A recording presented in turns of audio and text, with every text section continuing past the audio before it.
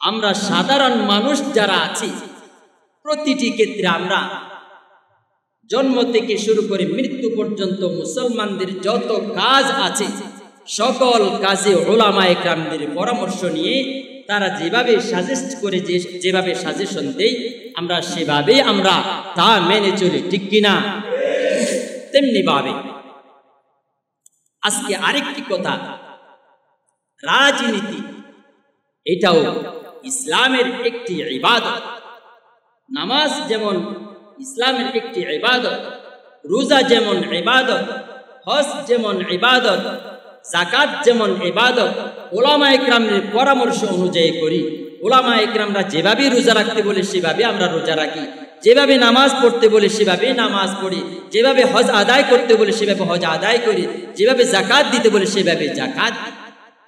রাজনীতি এটা তো আমার নানার বাড়ির কোনো খেলনা না, এটা কোনো আমার সাংসারিক কোনো কাজ না, আমার মতো করে করব। এটাও একটি ইসলামের একটি ইবাদত, যেটা রসুল করেছে, আবু বকর করেছে, উমর করেছে, উসমান করেছে, আলী করেছে, সকল সাহাবায়ে কেরামরা করেছে। তারা যেভাবে করেছে সেভাবেই এই ইবাদতকে করতে হবে, ঠিক কিনা?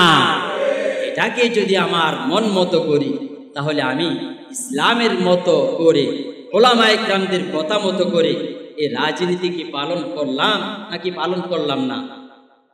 যদি আমি ভিন্ন পথে যদি হাঁটি, সর্বক্ষেত্রে সব জায়গায় উলামায়ে কেরামদের অনুসরণ করলাম, রাজনীতি এটা একটি ইবাদত। এজন্য বললাম, খোদার কসম করে বলছি, রাজনীতি একটি ইবাদতের অংশ, এটা মানুষের জীবনের একটি ইবাদতের অংশ।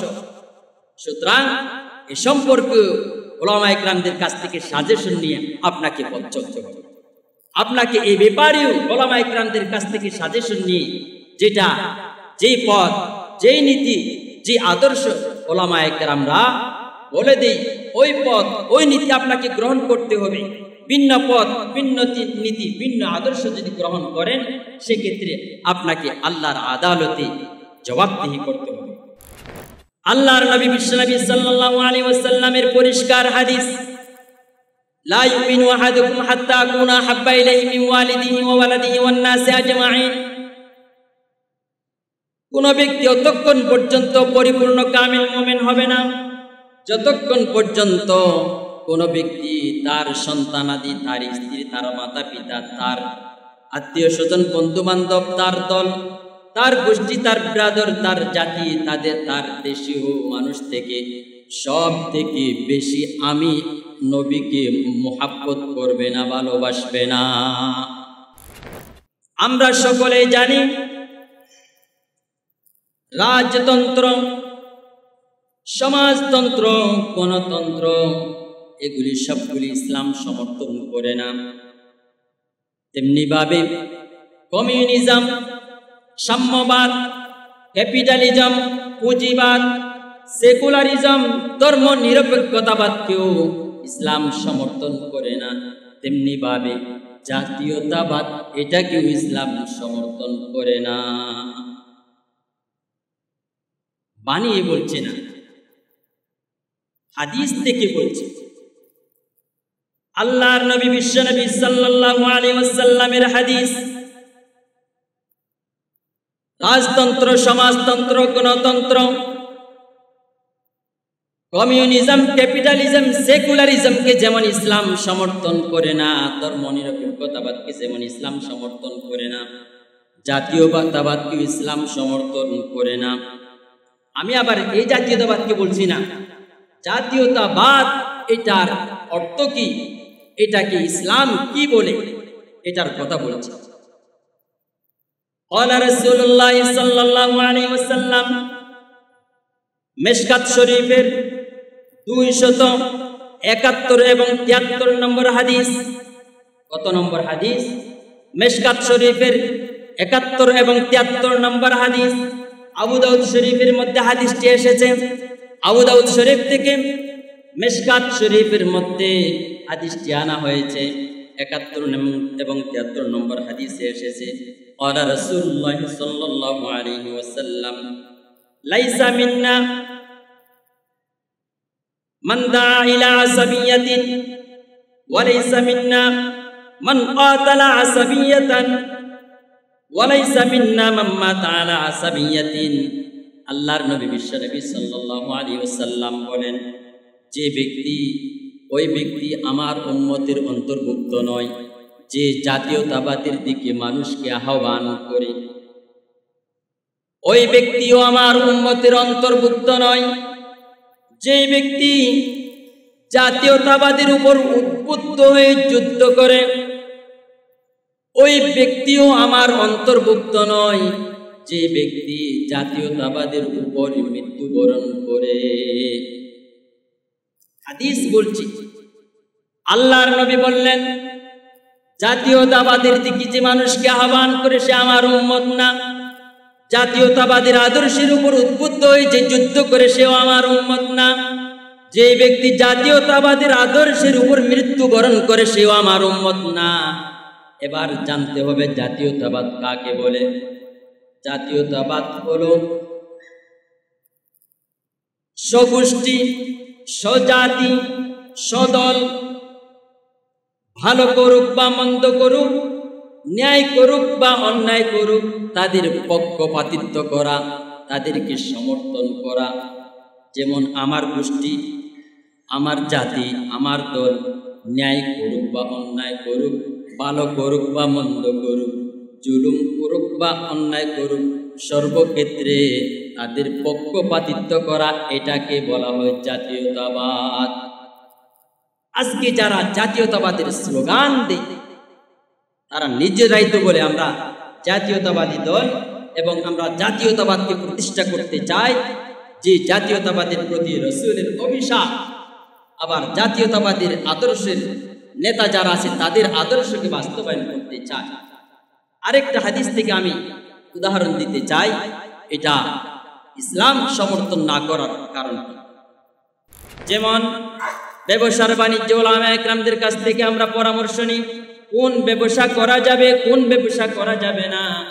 সেই সকল জিনিস ইসলামের মধ্যে হালাল, বক্ষণ করা হালাল, খাওয়া হালাল। সেই সকল জিনিসের ব্যবসা করাও হালাল। যে সকল জিনিস ইসলামের মধ্যে খাওয়া হারাম, ওই সকল জিনিসের, ওই সকল বস্তু, ওই সকল পণ্যের ব্যবসা করাও হারাম। তেমনিভাবে আমরা কুকুর খাওয়া হালাল, এজন্য কুকুরের ব্যবসা করে না। শুয়োর খাওয়া হালাল, শুয়োরের ব্যবসা করে না। তেমনিভাবে ইসলামের পরিপূর্ণ যারা আমল করে, ইসলামের উপর পরিপূর্ণ যারা মানে মদ হারাম, এজন্য মদের ব্যবসাও সত্যিকারের মুসলমান করে না। এজন্য আমরা ওলামায়ে কেরামরা যেভাবে ব্যবসা বাণিজ্যের আমাদেরকে সাজেশন দেয়, সেই সাজেশন আমরা মেনে চলি। যে জিনিসগুলি খাওয়ার জন্য তারা আমাদেরকে সাজেশন দেয়, ওই জিনিসগুলি আমরা খাই। বিবাহের ব্যাপারে যদি জিজ্ঞাসা করা হয়, বিবাহের ব্যাপারে এই পদ্ধতি সঠিক, এই পদ্ধতি সঠিক না, যে পদ্ধতি সঠিক, যে পদ্ধতি বৈধ, আল্লাহ তাআলা মুমিনদের জন্য হালাল করেছেন, ওই পদ্ধতিতে আমরা বিবাহ বন্ধনে আবদ্ধ হই। ইল্লাল্লাহ, লা ইলাহা ইল্লাল্লাহ, লা ইলাহা ইল্লাল্লাহ, লা ইলাহা ইল্লাল্লাহ, লা ইলাহা ইল্লাল্লাহ, লা ইলাহা ইল্লাল্লাহ, লা ইলাহা ইল্লাল্লাহ, লা ইলাহা ইল্লাল্লাহ, লা ইলাহা ইল্লাল্লাহ, লা ইলাহা ইল্লাল্লাহ, লা ইলাহা ইল্লাল্লাহ, লা ইলাহা ইল্লাল্লাহ মুহাম্মাদুর রাসূলুল্লাহ সাল্লাল্লাহু আলাইহি ওয়াসাল্লাম। সম্মানিত মুসলিম کرام, মহান আল্লাহ তাআলা দরবারে লাখো কোটি শুকর ও সুজুদ, যে মহান রব্বুল আলামিন আপনাকে আমাকে দয়া করে মায়া করে মেহেরবানি করে দুনিয়ার সকল জয়ঝামেলা থেকে মুক্ত করে তিনি তার মহান হুকুম জুমার নামাজ আদায় করার জন্য পবিত্র করে মসজিদের মধ্যে আসার এবং বসার তৌফিক দান করেছেন। তাই সকলে বিনয় অবনত চিত্তে শ্রদ্ধাজনিত কণ্ঠে অন্তরে অন্তঃস্থল থেকে কালিমাতুশ শুকর আদায় করছি, আলহামদুলিল্লাহ। সাথে সাথে লক্ষ কোটি দরুদ সালাম মানবতার মুক্তির দিশারি সর্বশ্রেষ্ঠ মহামানব, তিনি হচ্ছেন ইমামুল আম্বিয়া, আশরাফুল আম্বিয়া, সাকি কৌসর, শফিয়ে মাহশর, জিগর গোশে আমিনা, তাজিদারে মদিনা, আকায়ে নন্দর বিশ্বনবী মুহাম্মদুর রাসূলুল্লাহ সাল্লাল্লাহু আলাইহি ওয়াসাল্লাম। সম্মানিত মুসলিম کرام, আমি সূরাতুত তাওবার ৭১ নম্বর আয়াত পাঠ করেছি। মহান রব্বুল আলামিন এই আয়াতের মাধ্যমে মুসলমানদের একটি বন্ধনের কথা তিনি জানিয়ে দিয়েছেন উম্মতে মুহাম্মাদিয়া। আল্লাহ রাব্বুল আলামিন বলেন, আউযু বিল্লাহি মিনাশ শাইতানির রাজীম, ওয়াল মুমিনুনা ওয়াল মুমিনাতু বা'দুহুম আউলিয়াউ বা'দ। আল্লাহ রাব্বুল আলামিন বলেন, মুসলমান পরস্পর, মুসলমান একে অপরের বন্ধু। এই বন্ধুত্ব আল্লাহ রাব্বুল আলামিনের পক্ষ থেকে, অতএব মুমিন একে অপরের সাথে বন্ধুত্ব সুলভ আচরণ করবে। সুবহানাল্লাহ। আল্লাহ তাআলা নিজেই এই বন্ধুত্ব সৃষ্টি করে দিয়েছেন মুমিনদের মাঝে। এই বন্ধুত্ব দান করেছেন আল্লাহ তাআলা। সুতরাং মুমিন একে অপরকে ভালোবাসবে, এটা ইমানের দাবি। যেহেতু আমরা এই দেশের নাগরিকদের মধ্যে ৯২% মুসলমান, সেহেতু আমাদের সব থেকে বড় পরিচয় হচ্ছে আমরা মুসলমান, ঠিক কিনা? এটাই আমাদের সব থেকে বড় পরিচয়। আর মুসলমানদের মাঝে একে অপরের সাথে পরস্পরে ভালোবাসা, বন্ধুত্ব এবং হৃদ্যতা, এটা আল্লাহ প্রদত্ত। যারা এটাকে বিঘ্নতা বা এটার মধ্যে বিচ্ছিন্নতা, এটার মধ্যে ফাটল সৃষ্টি করার চেষ্টা করবে, তারা মুসলমানদের দুশমন, ঠিক কিনা? সুতরাং মুমিন একে অপরকে ভালোবাসবে, এটাই ইমানের দাবি। আমাদের সব থেকে বড় পরিচয় থাকবে আমরা মুসলমান। তাহলে আমাদের মাঝে আর ভেদাভেদ থাকবে না, মনোমালিন্য থাকবে না, আমাদের মাঝে শত্রুতামি থাকবে না, আমাদের মাঝে হিংসা বিভেদ থাকবে না। আমরা মুসলমান, আমরা ইসলামকে সব থেকে বেশি প্রাধান্য দেব। এটাই বাস্তব। এই দেশের মুসলমান ইসলামকে সব থেকে বেশি ভালোবাসে, ঠিক কিনা? কোরআনকে সব থেকে বেশি ভালোবাসে, ঠিক কিনা? নবীকে সব থেকে বেশি ভালোবাসে, ঠিক কিনা? এটা মুসলমানদের ইমানের দাবি। মুসলমানরা ইসলামকে সব থেকে বেশি প্রাধান্য দেয়।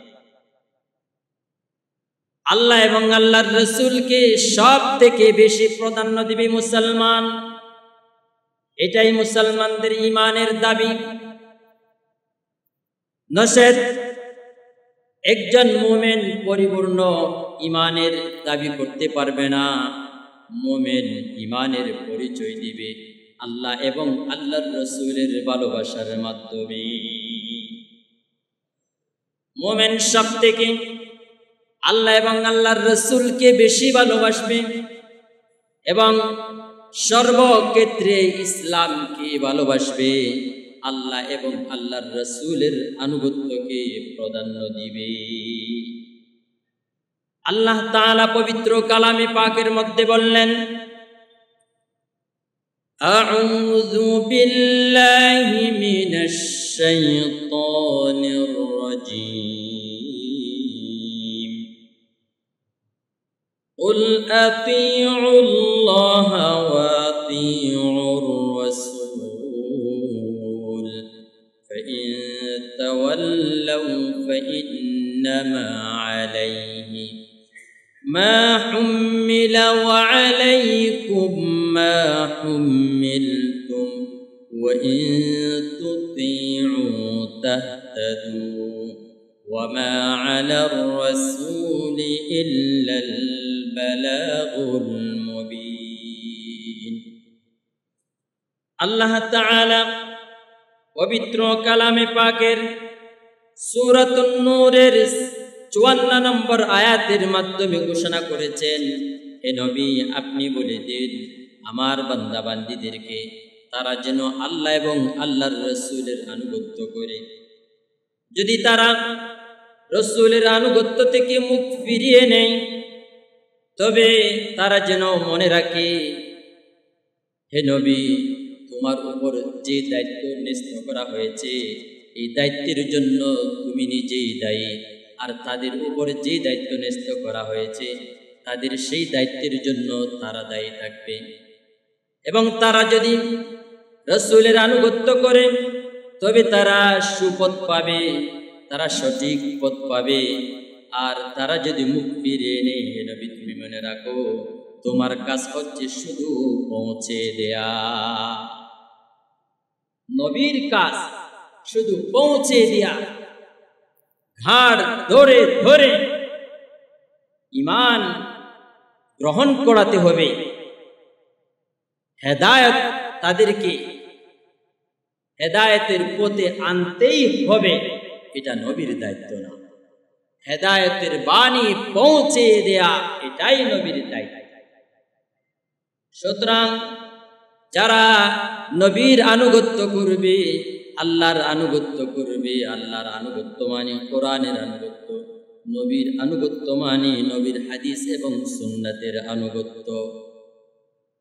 সুতরাং আল্লাহর নবী বিশ্বনবী সাল্লাল্লাহু আলাইহি ওয়াসাল্লাম অপর একটি হাদিসের মধ্যে বলেছেন, তারাকতু ফীকুম আমরাইন, আমি তোমাদের মাঝে দুটি জিনিস রেখে যাচ্ছি, যতদিন পর্যন্ত তোমরা লান তাদিল্লু মা তামাসসাকতুম বিহিমা, যতদিন পর্যন্ত তোমরা এই দুটি জিনিসকে আঁকড়ে ধরবে ততদিন তোমাদেরকে কেউ পথভ্রষ্ট করতে পারবে না, সঠিক পথ থেকে বিচ্যুত করতে পারবে না। সেই দুইটি জিনিস হলো কিতাবুল্লাহ, একটি হচ্ছে আল্লাহর কোরআন, আল্লাহর বাণী, দ্বিতীয় হচ্ছে সুন্নাত রাসূলিল্লাহ, দুই নাম্বার হলো আল্লাহর রাসূল সাল্লাল্লাহু আলাইহি ওয়াসাল্লামের হাদিস এবং সুন্নাহ। সুতরাং মুমিনদের সত্যের মাপকাঠি, সত্যের মানদণ্ড, অনুসরণের মানদণ্ড হচ্ছে কোরআন এবং হাদিস। কি অনুসরণের মানদণ্ড? কি? কোরআন এবং হাদিস। জুড়ে বলেন, অনুসরণের মানদণ্ড কি? কোরআন এবং হাদিস। এই কোরআন এবং হাদিসের অনুসরণ অনুকরণ করাই মুমিনের কাজ। মুমিন কোন ব্যক্তিকে অনুসরণ করবে না, কোন গোষ্ঠীকে অনুসরণ করবে না, কোন জাতিকে অনুসরণ করবে না, কোন দলকে অনুসরণ করবে না, কোন নেতাকে অনুসরণ করবে না, কোন স্বপ্ন বা কাশফকে অনুসরণ করবে না, কোন পীরকে বন্ড পীরকে অনুসরণ করবে না। মুমিন অনুসরণ করবে সব সময় কোরআন এবং হাদিসকে। এটাই মুমিনদের সত্যের মানদণ্ড, অনুসরণ অনুকরণের মানদণ্ড। এবার আসে যারা আলেম নন, যারা আলেম নন তারা কোরআন হাদিস কিভাবে অনুসরণ করবে? আলেমরাই তো কোরআন এবং হাদিস সরাসরি তারা পড়েছে, সেজন্য তারা কোরআন এবং হাদিস মেনে মেনে জেনে জেনে তারা অনুসরণ করতে পারে। যারা সাধারণ মানুষ, আল্লাহ তাআলা বলেন আসআলু আহলায যিকরি ইন কুনতুম লা তা'লামুন। যারা জানে না, তারা যারা জানে তাদের অনুসরণ করবে। অতএব উলামায়ে কেরামদের অনুসরণ করা, অনুকরণ করা, তাদের কথা মেনে চলা এটা সাধারণ মানুষের দায়িত্ব।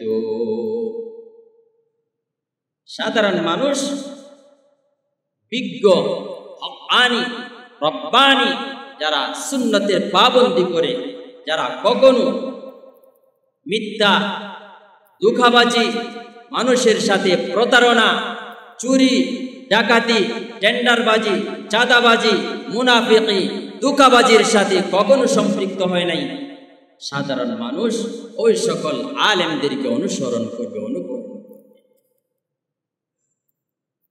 আমরা তো সেটাই করছি। যেমন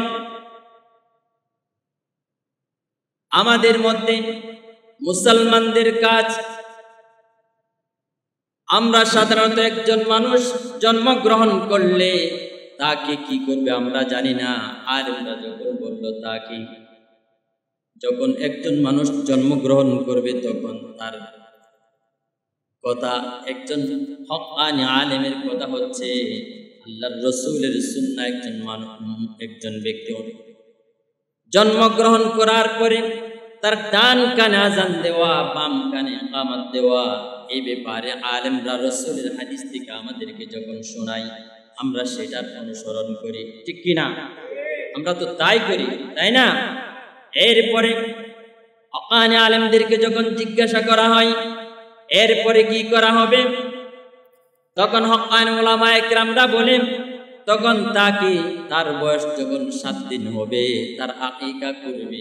এটা রাসূলের সুন্নাহ। সুন্দর একটি নাম রাখবে, এটাও রাসূলের একটি সুন্নাহ।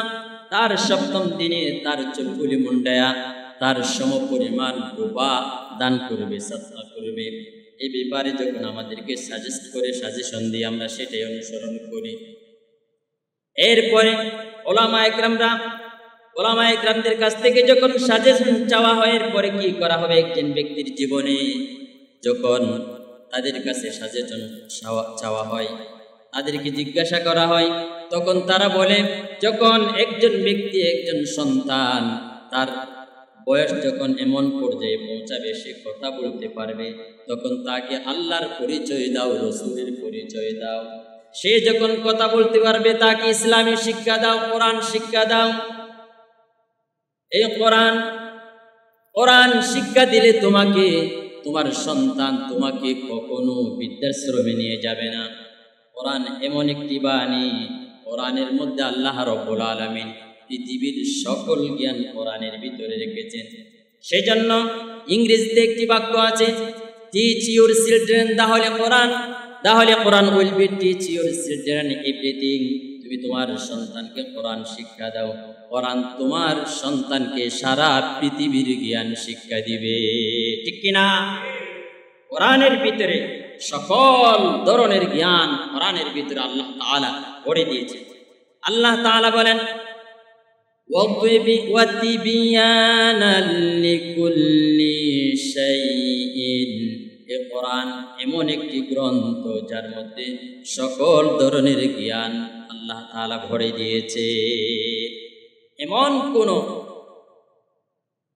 দিক বা এমন কোন মানুষের জীবনের খাত নাই যেটা সম্পর্কে কোরআন দিক নির্দেশনা বা কোরআন সাজেশন দেয়। সকল জ্ঞানের উৎস, সকল জ্ঞানের ভান্ডার হচ্ছে কোরআন। সুতরাং উলামায়ে কেরামরা সাজেশন দেয় তোমার সন্তান যখন কথা বলার বয়স হবে তাকে কোরআন শিক্ষা দিবে, এটাই করি আমরা। এরপরে উলামায়ে কেরামরা যখন উলামায়ে কেরামদের কাছে যখন জিজ্ঞাসা করা হয় এরপরে কি করব, তারা বলে 7 বছর বয়স যখন হবে তাকে নামাজের জন্য আদেশ করো, নামাজ শিক্ষা দাও। 10 বছর বয়স যখন হবে তাকে নামাজের জন্য শাসন করো, আমরা তাই করি। তার প্রাপ্ত বয়স যখন হবে তার সম্পর্কে শরীয়তের বিধিবিধান তার উপরে বর্তাবে। অর্থাৎ সে যদি কোনো অন্যায় করে আল্লাহ তাআলা তার সম্পর্কে গুনাহ লিপিবদ্ধ করবেন। সে যদি কোনো মঙ্গলজনক কাজ করে, সওয়াবের কাজ করে, ভালো কাজ করে, তার জন্য আল্লাহ তাআলা নেকি লিপিবদ্ধ করে দিবেন। শরীয়তের প্রাপ্ত বয়স্ক হওয়ার পরে মা বাবার উপর তার কোনো দায়িত্ব থাকে না। সমস্ত কাজ এবং দায়িত্বের ভার তার উপর ন্যস্ত হয় প্রাপ্ত বয়স্ক হওয়ার পরে। ইসলাম তার উপর তার দায়িত্ব ন্যস্ত করেছে। এরপরে তারপরেও গার্ডিয়ান অভিভাবক যারা আছে তারা যদি তাকে সহযোগিতা করে, ভালো তার বিবাহের ব্যাপারে, তার ব্যবসা বাণিজ্যের ব্যাপারে, তার কাজের ব্যাপারে অভিভাবকরা যদি তাকে সাহায্য করে, সহযোগিতা করে, এটা তার জন্য ভালো এবং মঙ্গল। এজন্য শরীয়ত বলেছেন প্রাপ্তবয়স্ক হওয়ার পরে তাকে সুন্দর ব্যবসা বাণিজ্যের তাকে ব্যবস্থা করে দেয়া, এটাও অভিভাবকের একটি দায়িত্ব। সে যদি বিবাহের উপযুক্ত হয়ে তাকে বিবাহ করে দেয়া। এভাবে আমরা উলামায়ে কেরামদের কাছ থেকে পরামর্শ নিই।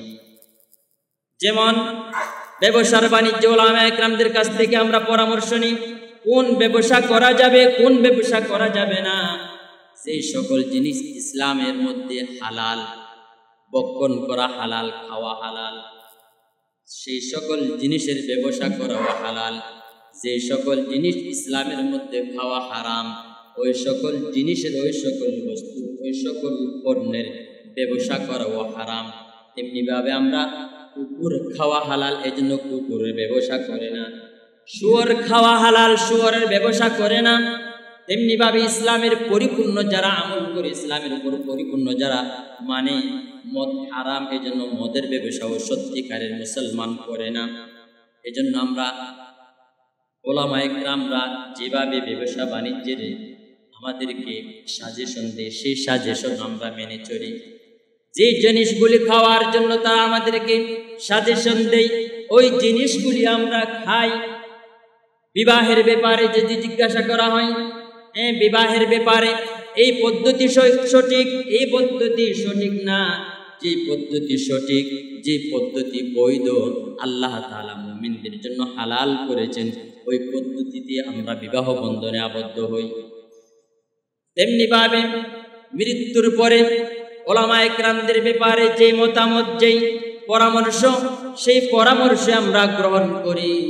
কাফন দাফনের ব্যাপারে ইসলামের রীতিনীতি উলামায়ে কেরামরা যেভাবে শিক্ষা দিয়ে আমরা সেভাবে অনুসরণ করি। কোনো মুসলমানকে মৃত্যুর পরে কাফের ইহুদি খ্রিস্টানদের রীতিনীতি অনুযায়ী দাফন কাফন করায় নাকি? করায় নাকি? হুজুররা ইসলামের যেই রীতি, যেই নীতি অনুসরণ করার জন্য বলে, যেই নীতি, যেই রীতি শিক্ষা দেয়, আমরা সেটাই অনুসরণ করি। তাহলে দেখা গেছে মৃত্যু থেকে, জন্ম থেকে মৃত্যু পর্যন্ত আমরা সাধারণ মানুষরা হুজুরদের, উলামায়ে কেরামদের কথাকেই অনুসরণ করি, ঠিক কিনা? জুড়ে বলবেন। আমরা সাধারণ মানুষ যারা আছি, প্রতিটি ক্ষেত্রে আমরা জন্ম থেকে শুরু করে মৃত্যু পর্যন্ত মুসলমানদের যত কাজ আছে, সকল কাজে উলামায়ে কেরামদের পরামর্শ নিয়ে তারা যেভাবে সাজেস্ট করে, যেভাবে সাজেশন দেয়, আমরা সেভাবে আমরা তা মেনে চলি, ঠিক কিনা? তেমনি ভাবে আজকে আরেকটি কথা, রাজনীতি এটাও ইসলামের একটি ইবাদত। নামাজ যেমন ইসলামের একটি ইবাদত, রোজা যেমন ইবাদত, হজ যেমন ইবাদত, যাকাত যেমন ইবাদত, উলামায়ে কেরামদের পরামর্শ অনুযায়ী করি। উলামায়ে কেরামরা যেভাবে রোজা রাখতে বলে সেভাবে আমরা রোজা রাখি, যেভাবে নামাজ পড়তে বলে সেভাবে নামাজ পড়ি, যেভাবে হজ আদায় করতে বলে সেভাবে হজ আদায় করি, যেভাবে যাকাত দিতে বলে সেভাবে যাকাত দিই। রাজনীতি এটা তো আমার নানার বাড়ির কোনো খেলনা না, এটা কোনো আমার সাংসারিক কোনো কাজ না, আমার মতো করে করব।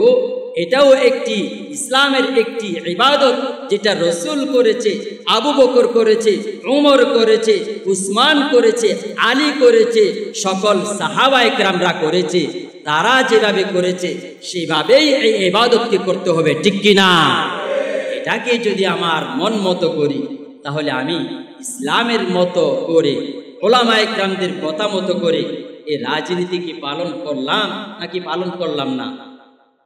যদি আমি ভিন্ন পথে যদি হাঁটি, সর্বক্ষেত্রে সব জায়গায় উলামায়ে কেরামদের অনুসরণ করলাম, রাজনীতি এটা একটি ইবাদত, এজন্য বললাম, খোদার কসম করে বলছি, রাজনীতি একটি ইবাদতের অংশ, এটা মানুষের জীবনের একটি ইবাদতের অংশ।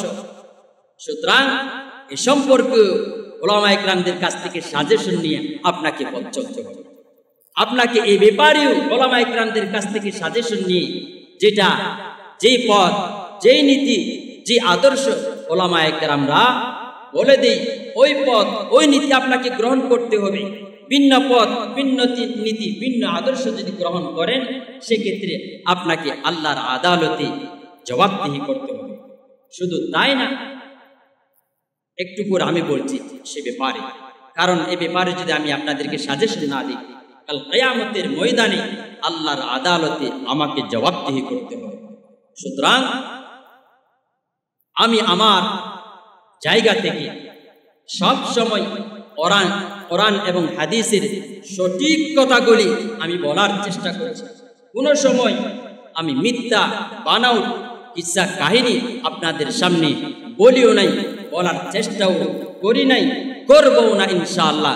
যতটুকু পারি সত্য কথাগুলি কোরআন এবং হাদিসের কথাগুলি ভালোবাসা থেকে, অন্তরের অন্তঃস্থল থেকে আপনাদেরকে ভালোবাসি, সেই ভালোবাসার জায়গা থেকে আপনাদেরকে সঠিক কথাগুলি বলার চেষ্টা করব। আল্লাহ তাআলা আমাকে তৌফিক দান করুন, আমিন বলেন।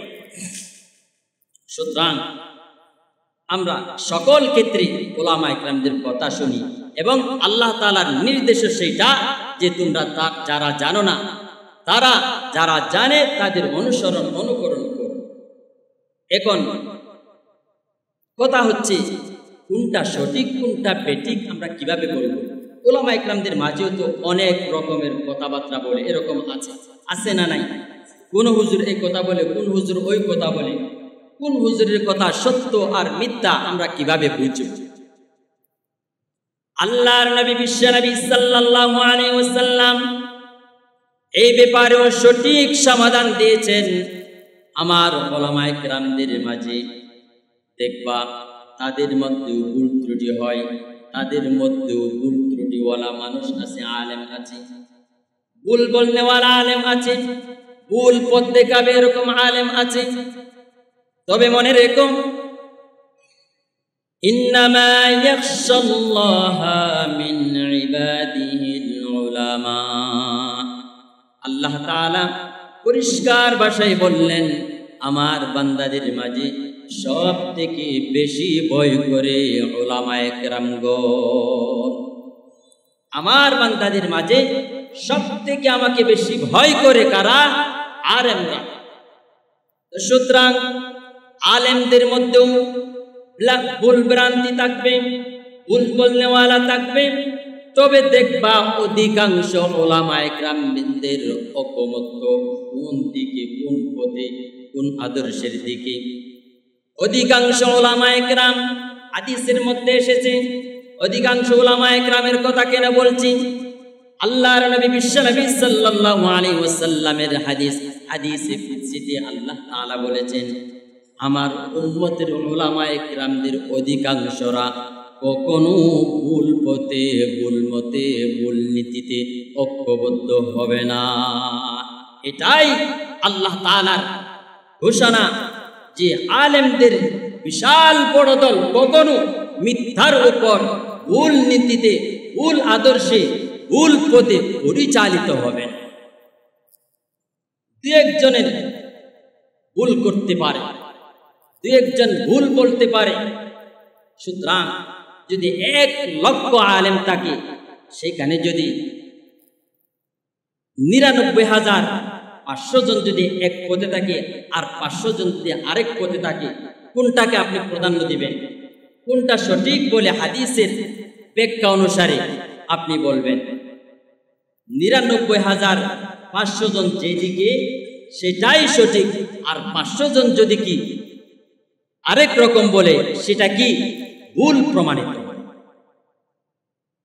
সুতরাং অধিকাংশ আলেম যে পথ, যে নীতি, যে আদর্শের কথা বলবে সেটাই সঠিক, সেটাকেই উম্মতের জন্য মানদণ্ড। সুতরাং অধিকাংশ উলামায়ে কেরামরা যে পথ, যে নীতি, যে আদর্শের দিকে উম্মতকে রাহাবারি করবে, পথ দেখাবে, সেই দিকে সাধারণ মানুষকে যেতে হবে। এরপরে আরেকটি হাদিস আপনাদেরকে জানান দেব। আমরা সকলে জানি রাজতন্ত্র, সমাজতন্ত্র, গণতন্ত্র এগুলি সবগুলি ইসলাম সমর্থন করে না। তেমনি ভাবে কমিউনিজম, সাম্যবাদ, ক্যাপিটালিজম, পুঁজিবাদ, সেকুলারিজম, ধর্ম নিরপেক্ষতাবাদকেও ইসলাম সমর্থন করে না। তেমনি ভাবে জাতীয়তাবাদ, এটাকেও ইসলাম সমর্থন করে না। বানিয়ে বলছে না, হাদিস থেকে বলছে। আল্লাহর নবী বিশ্বনবী সাল্লাল্লাহু আলাইহি ওয়াসাল্লামের হাদিস, রাজতন্ত্র, সমাজতন্ত্র, গণতন্ত্র, কমিউনিজম, ক্যাপিটালিজম, সেকুলারিজমকে যেমন ইসলাম সমর্থন করে না, ধর্ম নিরপেক্ষতাবাদকে যেমন ইসলাম সমর্থন করে না, জাতীয়তাবাদকে ইসলাম সমর্থন করে না। আমি আবার এই জাতীয়তাবাদকে বলছি না, জাতীয়তাবাদ এটার অর্থ কি, এটাকে ইসলাম কি বলে এটার কথা বলছি। ক্বালা রাসূলুল্লাহ সাল্লাল্লাহু আলাইহি ওয়াসাল্লাম, মিশকাত শরীফের 271 এবং 73 নম্বর হাদিস। কত নম্বর হাদিস? মিশকাত শরীফের 71 এবং 73 নম্বর হাদিস। আবু দাউদ শরীফের মধ্যে হাদিসটি এসেছে। আবু দাউদ শরীফ থেকে মিশকাত শরীফের মধ্যে হাদিসটি আনা হয়েছে। 71 এবং 73 নম্বর হাদিসে এসেছে, ক্বালা রাসূলুল্লাহ সাল্লাল্লাহু আলাইহি ওয়াসাল্লাম, লাইসা মিন্না মান দাআ ইলা আসাবিয়াতিন ওয়া লাইসা মিন্না মান কাতালা আসাবিয়াতান ওয়া লাইসা মিন্না মান মাতা আলা আসাবিয়াতিন। আল্লাহর নবী বিশ্বনবী সাল্লাল্লাহু আলাইহি ওয়াসাল্লাম বলেন, যে ব্যক্তি, ওই ব্যক্তি আমার উম্মতের অন্তর্ভুক্ত নয় যে জাতীয়তাবাদের দিকে মানুষকে আহ্বান করে। ওই ব্যক্তিও আমার উম্মতের অন্তর্ভুক্ত নয় যে ব্যক্তি জাতীয়তাবাদের উপর উদ্বুদ্ধ হয়ে যুদ্ধ করে। ওই ব্যক্তিও আমার অন্তর্ভুক্ত নয় যে ব্যক্তি জাতীয়তাবাদের উপর মৃত্যুবরণ করে। হাদিস বলছি, আল্লাহর নবী বললেন, জাতীয়তাবাদের দিকে যে মানুষকে আহ্বান করে সে আমার উম্মত না। জাতীয়তাবাদের আদর্শের উপর উদ্বুদ্ধ হয়ে যে যুদ্ধ করে সেও আমার উম্মত না। যে ব্যক্তি জাতীয়তাবাদের আদর্শের উপর মৃত্যুবরণ করে সেও আমার উম্মত না। এবার জানতে হবে জাতীয়তাবাদ কাকে বলে। জাতীয়তাবাদ হলো স্বগোষ্ঠী, স্বজাতি, স্বদল, ভালো করুক বা মন্দ করুক, ন্যায় করুক বা অন্যায় করুক, তাদের পক্ষপাতিত্ব করা, তাদেরকে সমর্থন করা। যেমন আমার গোষ্ঠী, আমার জাতি, আমার দল ন্যায় করুক বা অন্যায় করুক, ভালো করুক বা মন্দ করুক, জুলুম করুক বা অন্যায় করুক, সর্বক্ষেত্রে তাদের পক্ষপাতিত্ব করা, এটাকে বলা হয় জাতীয়তাবাদ। আজকে যারা জাতীয়তাবাদের স্লোগান দেয় তারা নিজেরাই তো বলে আমরা জাতীয়তাবাদী দল এবং আমরা জাতীয়তাবাদকে প্রতিষ্ঠা করতে চাই, যে জাতীয়তাবাদের প্রতি রাসূলের অভিশাপ। আবার জাতীয়তাবাদের আদর্শের নেতা যারা আছে তাদের আদর্শকে বাস্তবায়ন করতে চায়। আরেকটা হাদিস থেকে আমি উদাহরণ দিতে চাই, এটা ইসলাম সমর্থন না করার কারণ কি।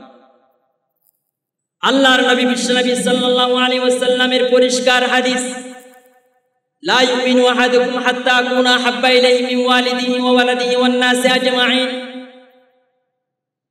কোন ব্যক্তি ততক্ষণ পর্যন্ত পরিপূর্ণ কামিল মুমিন হবে না যতক্ষণ পর্যন্ত কোন ব্যক্তি তার সন্তানাদি, তার স্ত্রী, তার মাতা পিতা, তার আত্মীয় স্বজন, বন্ধু বান্ধব, তার দল, তার গোষ্ঠী, তার ব্রাদর, তার জাতি, তার দেশীয় মানুষ থেকে সব থেকে বেশি আমি নবীকে মুহাব্বত করবে না, ভালোবাসবে না। আল্লাহর নবীকে সব থেকে বেশি ভালোবাসবে না, সে মুমিন হতে পারবে না। এখন এরপরে কোরআন থেকে একটু শুনি। লাকাদ কানা লাকুম ফি রাসূলিল্লাহি উসওয়াতুন হাসানা। আল্লাহ তাআলা বললেন, আমি তোমাদের জন্য আমার নবীর জীবনীতে রেখেছি সব থেকে উত্তম আদর্শ। এখন আমরা যদি বলি জাতীয়তাবাদের নেতা যিনি আসে তার আদর্শকে বাস্তবায়ন করতে চায়, তেমনি ভাবে সেকুলারিজম যারা করে তারা সেকুলারিজমের আদর্শবান নেতা যিনি আসে তাদের আদর্শকে বাস্তবায়ন করতে চায়। তেমনি ভাবে কমিউনিজম যারা করে তারা কমিউনিজমের নেতার আদর্শকে বাস্তবায়ন করতে চায়। এখন বলেন, নবীর আদর্শকে বাদ দিয়ে অন্য কারো আদর্শকে যারা আদর্শ নিজের জীবনের আদর্শ বানাতে চায় অথবা নিজের জীবনীতে প্রতিষ্ঠা করতে চায়, তারা কখনো কি আল্লাহর নবীর থেকে আল্লাহর নবীকে বেশি ভালোবাসলো নাকি ওই নেতাকে বেশি ভালোবাসলো? ওই নেতাকে বেশি ভালোবাসলো, অথচ আল্লাহর নবীর আদর্শই সব থেকে বেশি উত্তম এবং আল্লাহ তাআলাও আদেশ করেছেন আমার নবীর আদর্শকে তোমরা প্রতিষ্ঠা করো। আল্লাহর নবীর আদর্শকে বাদ দিয়ে আমরা অমুক নেতা তমুক নেতার আদর্শকে যদি বাস্তবায়ন করতে চাই, তাহলে আল্লাহর নবীর উম্মত বলে আমরা কেমনি দাবি করতে পারি? কিয়ামতের দিন আল্লাহর নবীর উম্মত বলে আমরা কেমনি তার সুপারিশ কামনা করব? সুতরাং আমি আর কথা বেশি লম্বা করতে চাই না। সুতরাং সকলের প্রতি উদাত্ত আহ্বান, আমাদেরকে একটা বিবেক দিয়েছেন আল্লাহ তাআলা। এই বিবেক, এখানে আল্লাহ তাআলা এই বিবেকের মূল্য কত জানেন? বিজ্ঞানীরা বলছেন এই বিবেকের মূল্য হচ্ছে 30,000 কোটি টাকা। কত টাকা? 30,000 কোটি টাকার মূল্যবান আমরা বিবেক দিয়ে আল্লাহ তাআলার এই বিবেক দেওয়া বিবেক দিয়ে আল্লাহর আদর্শকে অনুসরণ করছি না, আল্লাহর আনুগত্য করছি না, রাসূলের আনুগত্য করছি না। সুতরাং প্রত্যেকে একটু বিবেক দিয়ে আমরা চিন্তা করি। আল্লাহ তাআলা যেন আমাদের সকলকে সহিহ বুঝদান করেন, সঠিক বুঝদান করেন, ইসলামকে জানার এবং মানার চেষ্টা করব। আল্লাহ তাআলা আমাদের সকলকে তৌফিক দান করুন। আমিন। ওয়া আখিরু দাওয়ানা আলহামদুলিল্লাহি রাব্বিল আলামিন। যারা 4 রাকাত